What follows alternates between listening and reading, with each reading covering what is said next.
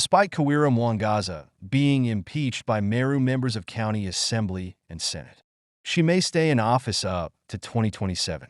It's also possible she may even vie for her second term and stay in office till end. As you all know, the legal process in Kenya is very slow, and it can take a long time to complete successfully. What is happening is, before the court spoke, was a political process. Once the court was seized with the matter, it becomes a legal process. The proceedings in Meru County Assembly were political in nature, but they had to comply with provisions of the Constitution and the law. The MCAs impeached the governor 3 times. 3 times, the Senate twice. It did not agree with the MCAs. Yes. The 3rd time, it has agreed with the MCAs. The standard of proof at the MCA level and at the senator is not the standard of proof that the courts will want to see. The law has provided for grounds to impeach a governor. Those grounds, when they are being dealt with politically, the vote, it is about the majority votes. Reasons for impeachment are never taken care of seriously. If the Senate and the Assembly decides that they don't want the lady because she has long hair, that will be a ground for impeachment. It is a political process.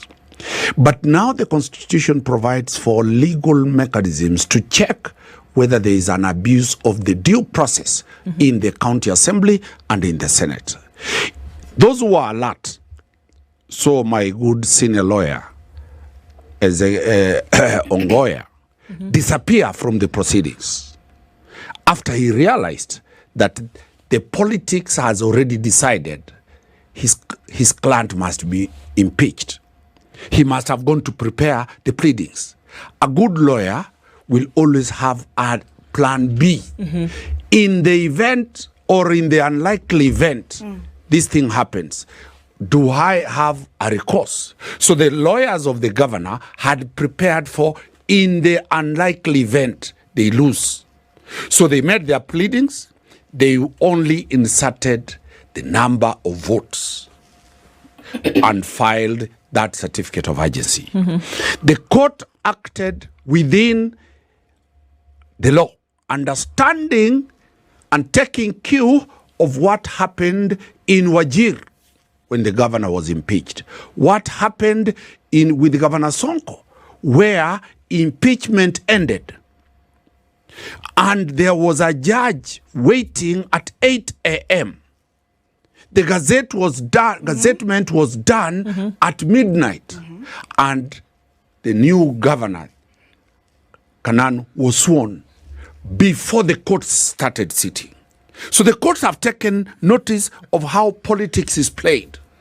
So what I will advise and what I saw is that the people wanted the governor out were not smart. The lawyers outsmarted them. Because if they sought and looked at the history of how impeachments are done, the deputy governor was supposed to be sworn in at 3 a.m. Well, do you remember the case of Wambura, the governor of Embu County? He was impeached and lasted till his term was over. The case of Mwangaza may take the same course. The High Court's decision to suspend the Senate's verdict to impeach Governor Kawira Mwangaza has handed the embattled county boss a lifeline. The case by Mwangaza promises a protracted legal battle that could further complicate the relationship between the governor and Meru Assembly MCAs. Deputy Governor Isaac Mutuma will not be sworn in to succeed Mwangaza until the case filed is determined. Before we get deeper, please subscribe to our channel, like this video, and turn on notifications. You can also write a comment. What do you think? Will Kawira Mwangaza complete her term, or she will be thrown out? Thank you so much. Now, guys, let's get deeper. Amazon King is a senior advocate. He was gazetting what has already been overtaken by events. All right. There is a court order stopping execution of the decision of the Senate. Where the dilemma is that a judge has stayed the implementation of Governor Kawira's ouster. It is another judge who can only swear Kawira in. No judge will disobey an order of another judge. If it was a senator, or if it was the speaker of the Senate going to swear in Kawira, then we will say they will defy and proceed with that. What we are saying, several lessons that are coming out is that we need a law to say after impeachment. An impeachment is like a general election. The president is not sworn in immediately. The Kibaki fiasco, where elections were declared and Kibaki was sworn in at night, we cured it by saying after the election, there are days specified to allow anybody to move to the Supreme Court to challenge the decision of IEBC. Once that decision comes out, then a program for swearing in of the president is specified, the time between 10 to 2. So there is that lacuna in governor's position. Is there no way that would have been overturned? Because here you are saying that a particular scenario could have come about, because you're saying that somebody should have been prepared to swear in the deputy governor, right? Swear in the deputy governor at 3 a.m. There are two sides of this coin. The lawyers who wanted and the MCAs who wanted the governor out slept on their job. They have lost. The lawyers who are defending the governor have pulled a fast one and succeeded to secure a breathing space for their client. For 15 days. What happens after that? If you look at the Embu fiasco, the former governor of Embu was impeached from the Embu County Assembly, was impeached at the Senate. He got the first reprieve of 15 days at the High Court. He stayed in office until the next general election. Because from now, that matter being heard, the lawyers of the governor will not be ready to proceed. They will be raising very many applications after applications. The date that matter is going to be argued, I'm sure the lawyers will be filing another application saying this matter raises very constitutional heavyweight. We need a free bench judge. That matter must go to the Chief Justice. 3-judge bench. To decide. That is time. From there, it will proceed. Remember how long the BBI took? 4 years. Uhuru started it with black hair. It ended, he had white hair. Okay. The finance bill started. We are still in the drama at the Supreme Court. So, Kawira, and I know the lawyers of Kawira are sharp, they are likely to sustain her through the court orders for another 2-3 years. And she might be seeing 2027 as a governor. Right. The legal process is slow, painfully slow. It is what Kenyans chose. The court stayed the implementation of the Senate resolution pending the hearing and determination of Mwangaza's case, challenging her impeachment. Interestingly, the order came hours after Senate Speaker Amason Kingi had swiftly gazetted Mwangaza's impeachment, technically rendering the county boss jobless. While the voting at the Senate went into late Tuesday night, Kingi's Gazette notice was dated August 20th and published on August 21st. Lawyers now argue that with the suspension of the Senate impeachment, Mwangaza will continue to serve as Meru governor until the case is determined. Grounds are grounds specified by the Constitution. Yes. That those are the only grounds available for anybody to impeach the president, to impeach the deputy president, to impeach the governor, and to impeach the deputy governor. The law provides for that. The question that is there is the threshold of the evidence to prove that. All right. At the county assembly, none of those sitting as the judges, the MCAs, have the capacity and training to verify the veracity of the evidence. At the Senate, there are lawyers there, but they are not qualified in terms of evaluating and making judgment of the evidence produced. As I said, that was a political process. Whatever the politics, they'll define what abuse of office means. It will be defined from a political angle. Now that we have entered the court, the Munya case and the governor from Embu case has defined what you need to prove, the threshold of the evidence. And that is now when we are going to see those alleging what they alleged. Can they prove legally? The proceedings in the Senate, for those ones Kenyans who viewed, the lawyers of the governor were not addressing the senators. The lawyers of the governor were asking questions that ought to be dealt with in the High Court. Was there public participation? The minutes from every ward appeared to be the same, copy-pasted. Only the names of the attendants changed. Those are the questions that the court will want to see. Who are these people who attended? Can they prove they were there? The lawyers might be asking for their data, mobile telephone data, to bring by geodata whether they were present in that meeting, to prove that. So the threshold in the court is different.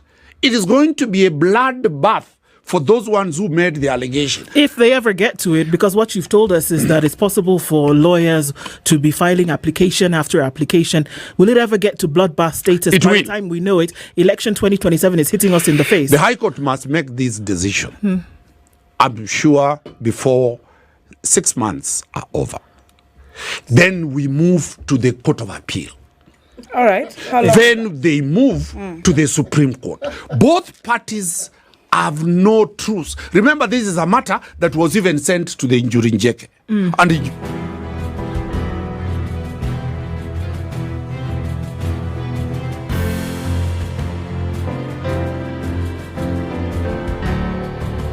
injury njeke said the type of animosity from both sides, we don't want to settle.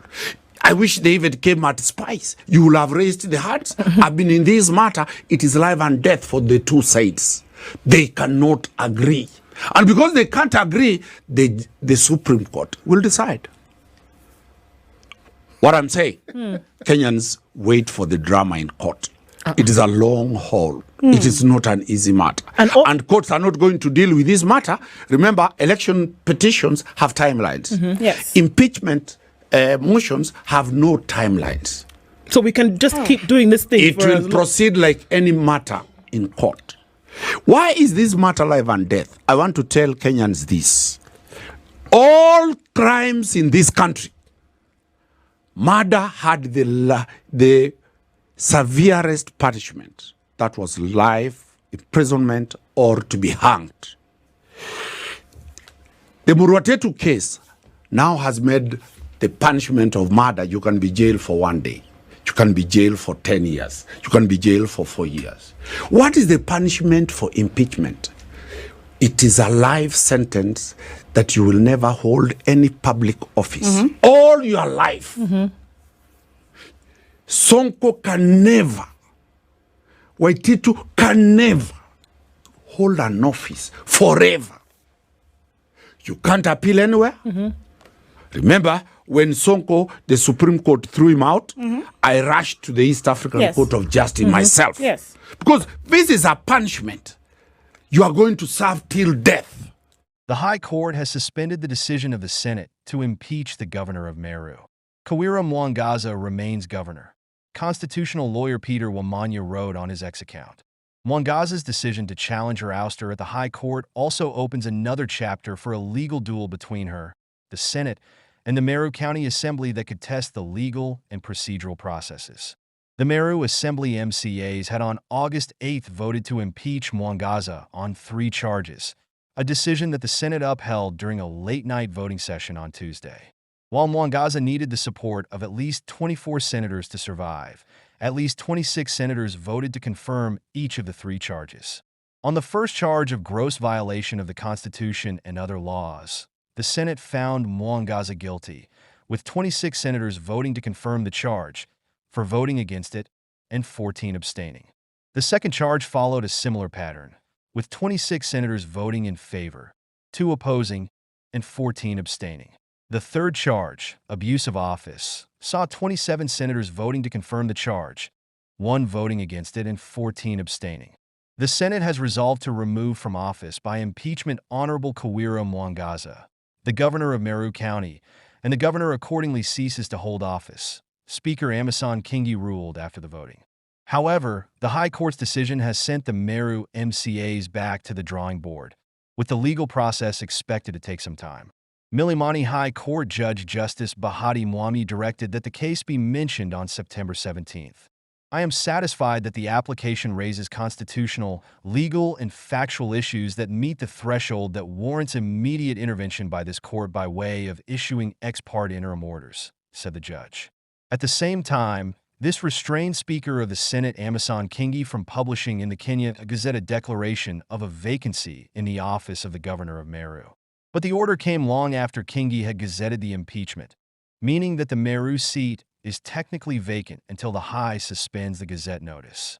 Through his lawyer, Elias Mutuma, Mwangaza told the court that the Senate was denied a chance to debate the motion, and several members abstained from the vote in protest.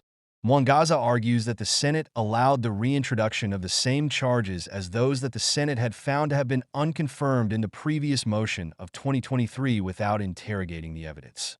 There has been an urgency to remove me from the office and install another person, which may be done hurriedly to frustrate me. That's why this application should be heard urgently, she said. In the past, the high courts have moved to save impeached governors after the Senate successfully upheld their removal from office. Leo hii tumekuja kurudisha shukrani kwa koti zetu za Kenya. Tunashukuru kwa sababu tulikuwa tumeonelea maoni yetu, mama amedhulumiwa na Senate. Tulikuwa tumeonelea mama amedhulumiwa na MCAs wetu. Kwa hivyo leo hii koti vile mmeamua, sisi tunakona koti na tunaomba president wetu, sikilia akina mama. Usiache huyu mama. Watu wengi wanafikiri ukiacha huyu mama ni mmoja, lakini ile weakness itakuwa Kenya. Mama atakuwa anasimama anatuziwa kama vile hawa anatuziwa. Mlemavu atakuwa anasimama pahali popote anatuziwa. Kama leo hii tunatuziwa na wale walikuwa wanafikiria Senate iliwafavor. Bahati hawakujua kuna pahali ingine tunaweza enda tupate sheria. Kwa hivyo mimi ile kitu naomba koti zetu msimame na haki, msimame na katiba ndio tutasikilia sisi.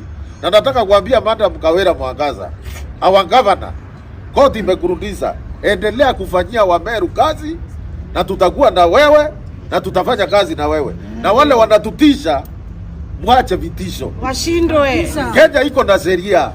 Kenya iko na katiba ya kufuata. Kwa hivyo naomba hata wale wanatutuzi, nyinyi ni akina mama, nyinyi ni walemavu. Kawira alichaguliwa na hao akina mama. Kawira alichaguliwa na walemavu.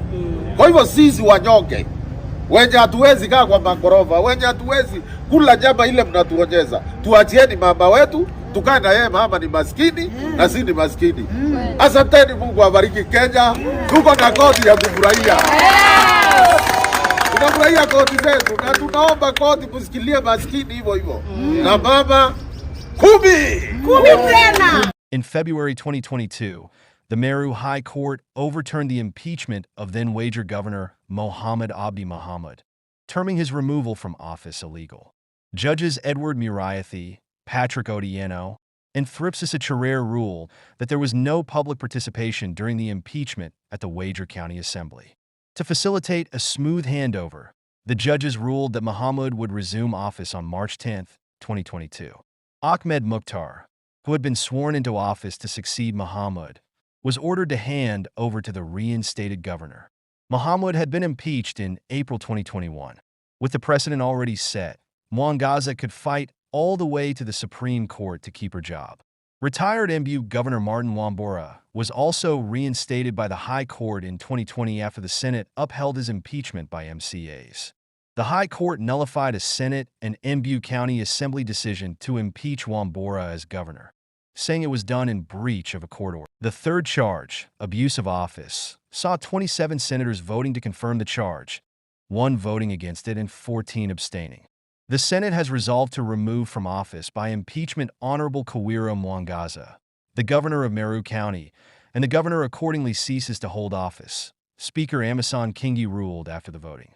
However, the High Court's decision has sent the Meru MCAs back to the drawing board, with the legal process expected to take some time. Milimani High Court Judge Justice Bahati Mwami directed that the case be mentioned on September 17th. I am satisfied that the application raises constitutional, legal, and factual issues that meet the threshold that warrants immediate intervention by this court by way of issuing ex parte interim orders, said the judge. At the same time, this restrained Speaker of the Senate Amason Kingi from publishing in the Kenya Gazette a declaration of a vacancy in the office of the governor of Meru. But the order came long after Kingi had gazetted the impeachment, meaning that the Meru seat is technically vacant until the High suspends the Gazette notice. Through his lawyer, Elias Mutuma, Mwangaza told the court that the Senate was denied a chance to debate the motion, and several members abstained from the vote in protest.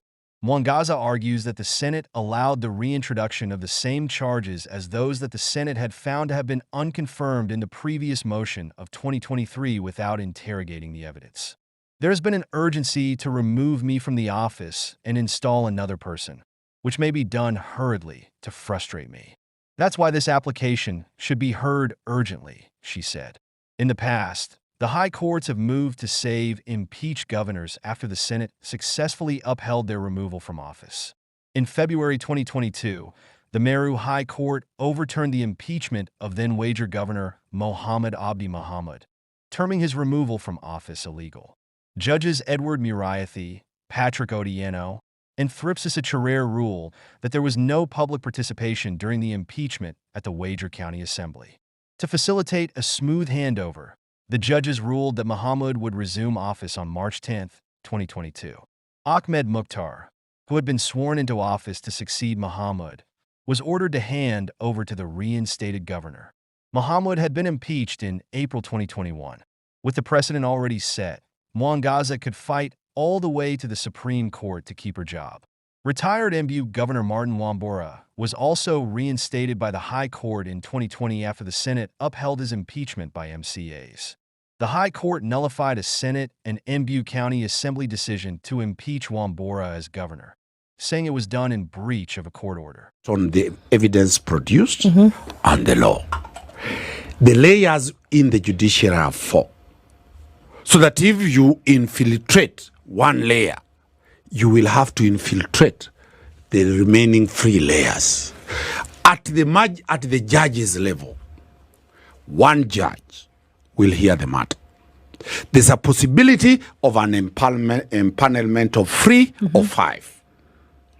At the Court of Appeal, 3 judges must sit with a possibility of empanelment of 5 judges or 7 judges. At the Supreme Court, 5 judges must sit with a possibility of 7 judges sitting. So anybody who thinks that this is a matter you can be able to get one judge to give you a favorable decision, that is a temporal reprieve. That reprieve, if not based on law, will be challenged at the higher court. Okay. So that those filters, Kenyans put them there because the judiciary, for the first time, is that the judiciary is a permanent arm of government, while the executive and the legislature are casuals, employed. An aggressive rallying of senators allied to Kenya Kwanza delivered a blistering setback for Mwangaza after they managed to secure the numbers to send her home. Senators allied to the ruling alliance teamed up to remove Mwangaza from office in a late-night voting session marred with controversy and drama. Mwangaza now becomes the 5th governor to have been successfully impeached by the Senate since the advent of devolution. Others are Mike Sonko, Nairobi, Ferdinand Wade to Kiambu, Martin Wambura, Embu, and Muhammad Abdi Wager. Mahamud and Wambura were, however, reinstated by the courts after their impeachments were annulled. On Tuesday night, 14 Azimio senators abstained from voting on all the 3 charges leveled against Mwangaza, ending the governor's political and public service career. We have come to an end of this video. Please subscribe to our channel, like this video, and turn on notifications. You can also write a comment. What do you think? Will Kawira Mwangaza complete her term, or she will be thrown out? Thank you so much. Let me in our next video. Good luck.